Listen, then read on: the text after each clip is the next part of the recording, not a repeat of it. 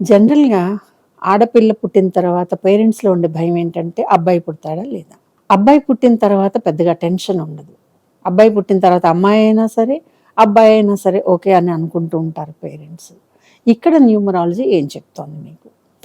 జనరల్‌గా అమ్మాయి పుట్టిన తర్వాత తక్కువ గ్యాప్‌లో కనుక మళ్ళీ పిల్లలు పుట్టాల్సొస్తే కనుక ఇమ్మీడియేట్‌గా అమ్మాయే. ఐ మీన్ విదిన్ 1 ఇయర్ స్పాన్‌లో కనుక మళ్ళీ కనుక కన్సీవ్ అవ్వడం జరిగితే కనుక మళ్ళీ అమ్మాయే పుడుతుంది. దీనికి సంబంధించి న్యూమరాలజీ ఏం చెప్తుంది అంటే, ఒకవేళ మీ మొట్టమొదటి సంతానం డేట్ ఆఫ్ బర్త్స్ 1 లేదా 3 లేదా 9 అనుకోండి.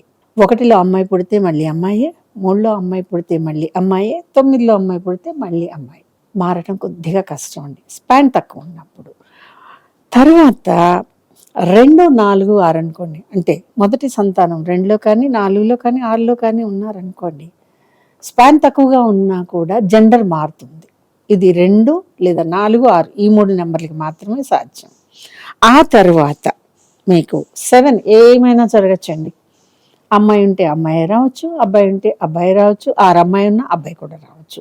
న్యూమరాలజీ సిబ్లింగ్స్ విషయంలో చెప్పినటువంటి రూల్స్ ఇవన్నమాట. సో 1లో ఒక అమ్మాయి పుట్టింది అనుకోండి. ఇమ్మీడియేట్‌గా మళ్ళీ ఒక 1 ఇయర్‌లోనే మళ్ళీ కనుక సంతానం అని అంటే మళ్ళీ అమ్మాయే వస్తుంది. Same rule applicable to 3 and 9. ఇది జనరల్‌గా అనుకోవడానికి బావుంటుంది. బట్ కొన్ని కొన్ని సమయాల్లో ఇది కూడా నిజమవుతోంది.